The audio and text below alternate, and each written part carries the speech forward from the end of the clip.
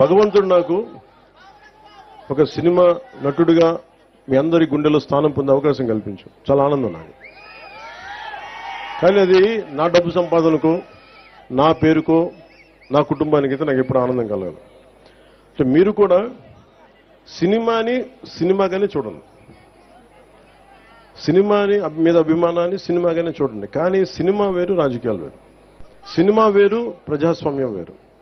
Cinema అనేది ఒక imagine, ఒక కళ, మన జీవితంలో సాధించలేని అనుకునే చేసేది సినిమా. సినిమాలో ఇదే సినిమా నేను చెయ్యాలి అంటే ఒకడు వచ్చి ఓడిపోయి తిరిగి వచ్చి ఉప ముఖ్యమంత్రి అయ్యాడు, కథ చెప్పడానికి 2.5 గంటలు చాలు. ఒక 3 గంటలు సినిమా తీసేసి అయిపోద్ది. నిజ జీవితంలో అలా ఉండదు కదా. తిట్లు తినాలి, తన్నులు తినాలి, అసలు ఉంటారో లేదో తెలియదు. ఇంట్లో కుటుంబ సభ్యులను తిట్టించుకోవాలి, కేసులు పెడతారు, అటెంప్ట్ మర్డర్ కేసులు పెడతారు. ఇంత కష్టాల మధ్య ఒక దశాబ్దం పడుతుంది. దశాబ్దాన్ని 2.5 గంటలు కుదించి సినిమా తీసేయచ్చు. అందుకే సినిమాలని నేననే కాదు, ఏ సినిమానైనా సరే మీరు చాలా సినిమాని నిజ జీవితాన్ని 2 విడిచేసి చూడండి. Cinema is for entertainment, patriotism is for nation, accountability. అందుకని మీరు దాన్ని మర్చిపోకండి. మీరు ఓజీ అంటే నా సంతోషమే, మీరు చూస్తే నా డబ్బులు కూడా వస్తాయి. కానీ నాకు చాలా స్పష్టత ఉంది. సినిమాకి, రాజకీయానికి నేను తీసుకున్న బాధ్యతకి చాలా స్పష్టత ఉంది నాకు. అందుకని కానీ నేను ఏం కోరుకుంటానో చెప్తాను. ముఖ్యంగా యువతకి ఈ 13,326 పంచాయతీల్లో ఉన్న యువతకు కోరుకుంటా ఉన్నా, మీరు ఒక్కసారి ఆలోచించి కదం తొక్కితే ఈ ప్రభుత్వాన్ని మార్చాలి అని యువశక్తి, మహిళా శక్తి అనుకుంటే తల తిరిగిపోయిన నాయకులు కూడా, అనుభవజ్ఞులు కూడా, క్షేత్రస్థాయిలో పంచాయతీ స్థాయిలో అనుభవజ్ఞులు కూడా ఒక్క ప్రభుత్వం అంటే భయపడిపోయింది. గత ప్రభుత్వం రోడ్ల మీదకి రావడానికి భయపడ్డారు. నవ్వుపోయింది సమాజంలో. గత ప్రభుత్వపు పాలనలో నవ్వుపోయింది, మనకి ధైర్యం పోయింది. ఆ ధైర్యం మీరిచ్చారు సమాజాన్ని. గుర్తుపెట్టుకున్న యువశక్తి, మహిళలు వచ్చారు రోడ్ల మీదకి. నాయకులకి చావు చచ్చిపోయిందని వచ్చారు మహిళా శక్తి బయటికి. దానికి నిదర్శనమే మన సంయుక్త గారు. ఉంటే ఉంటాం, పోతే పోతాం, గెలిస్తే గెలుస్తాం, పోతే పోతాం. కానీ నేను ఒక స్టేట్మెంట్ ఇస్తానని వచ్చారు ఆవిడ. అంటే మహిళలు తెగిస్తే ఖడ్గతిక్కిన కథ ఉంటుంది కదా.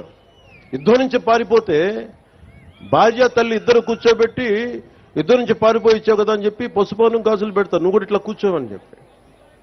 అటు వెళ్ళి యుద్ధం చేసి వీరస్వర్గానికి వెళ్తాడు.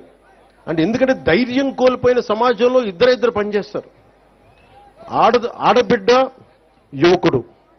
గత ఎన్నికల్లో మీరు ఏం చేసి చూపించారంటే ఇంక ఎప్పటికీ ప్రజాస్వామ్యం ఆంధ్రప్రదేశ్లో ఉండదు, ఎప్పటికీ గత ప్రభుత్వం ఉండేలాగా 30 ఏళ్ళు ఉంటుంది అనుకున్న సమయంలో 151 అసెంబ్లీలు, దాదాపు 20 పైగా 30 పైగా మనకి రాజ్యసభ పార్లమెంట్ సభ్యులు ఉన్నది 11 మంది సభ్యులకి తీసుకొచ్చారు.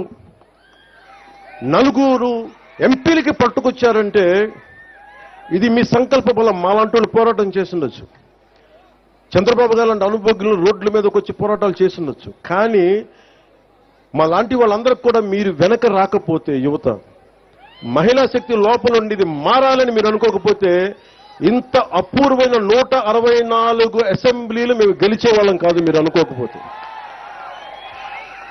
మీరు అలా అనుకోబట్టే ఈ రోజున మేము 981 కోట్లు 998 ఈ రోజున గత 15th ఫైనాన్స్ కమిషన్ డబ్బులు గత ప్రభుత్వం చేయలేకపోయింది. వాళ్ళ డబ్బు వాళ్ళు చేయాల్సిన బాధ్యత మేము వచ్చి 998 కోట్లు నిన్న రాత్రికి ప్రతి అకౌంట్లో పడేలా చేశామంటే అది మీరు మాకు బలం ఇస్తే మేము చేయగలిగాం. మీ శక్తి అది. మీరు అనుకుంటే, ఆడబిడ్డలు అనుకుంటే మీ శక్తి. అలాగే ఇంకొక 1500 కోట్లు మళ్ళీ అదనంగా వచ్చేస్తాం, ఇంకో రాబోయే కాలంలో వస్తాయి. అంటే పంచాయతీల్లో బలం. చాలా మంది అంటా ఉన్నారు డబ్బులు లేకుండా గ్రామ సభలేంటి. మేము అబద్ధం ఆడుతున్నాం చెప్పండి. సంయుక్తంగా మొత్తం ఎక్కువ 70% మంది వైసీపీ పంచాయతీ సర్పంచ్లే కదా. వాళ్ళని అడగండి. డబ్బులు పడ్డాయి, అందుకనే గ్రామ సభ పెడతారు మీకు ధైర్యం ఇవ్వడానికి.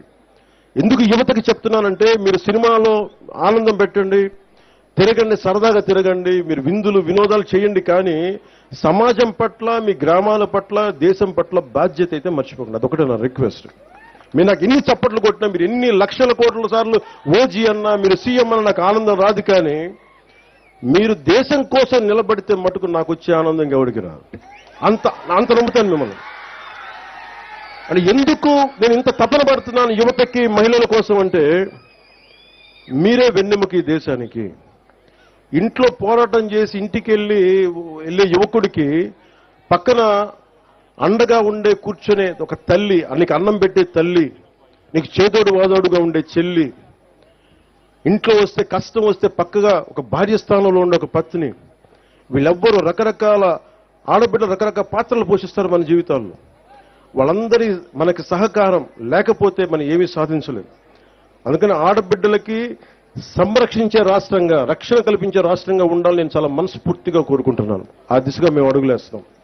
ఇది ప్రత్యేకించి చెప్పి నేను ముగిస్తాను. ఎందుకు ముఖ్యంగా యువతకి, మహిళలకి, మీరందరూ కారుమంచి సంయుక్త గారిని, రాష్ట్రానికి, దేశానికి రాష్ట్రపతిగా ఉన్న ద్రౌపది ముర్ము గారిని మీరు ప్రేరణగా తీసుకొని, మహిళలు ముందు మీ గ్రామ స్థాయిలో, మీ పంచాయతీ స్థాయిలో మీరు బయటికి రండి.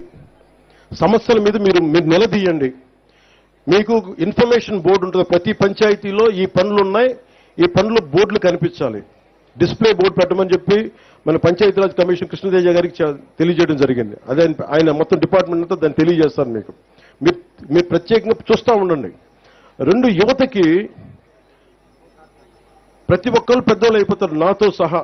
నేను ఇంకో కొన్ని సంవత్సరాలు పనిచేయగలనేమో, కొన్నిసార్లు నాకు ఇంట్రెస్ట్ రాకపోవచ్చు, కానీ నేను వచ్చే తరం నాయకుల్ని రెడీ చేయడానికి పంచాయతీలే పట్టుకొమ్మలు గుర్తుపెట్టుకోండి. మీరే రావాలి బయటికి. నేను ఒక 20 సంవత్సరాలు పనిచేస్తాను.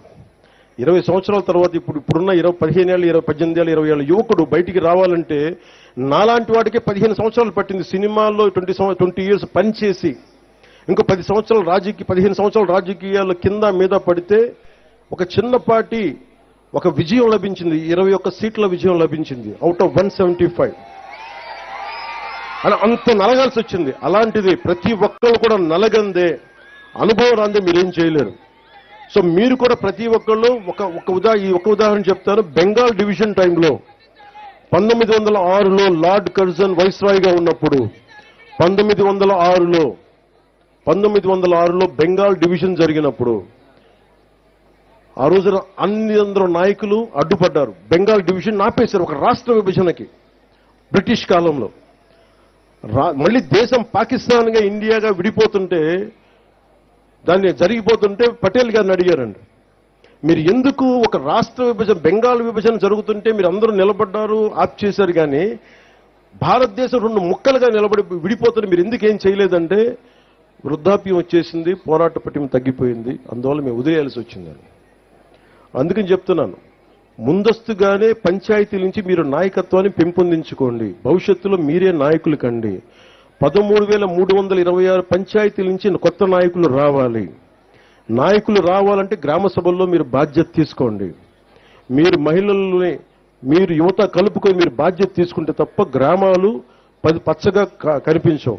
అందుకని దయచేసి ఈ గ్రామ సభని ఏదో తూతూ మంత్రంగా కాకుండా నిజంగా ప్రేరణగా తీసుకొని 13,326 పంచాయతీలో ఉన్న యువకులు, మహిళలు, అనుభవజ్ఞులు ప్రతి ఒక్కరూ గ్రామాభివృద్ధి దిశ వైపు అడుగులేయాలని మనస్ఫూర్తిగా మన తిరుపతి జిల్లా సుబ్బారాయుడు గారికి, మన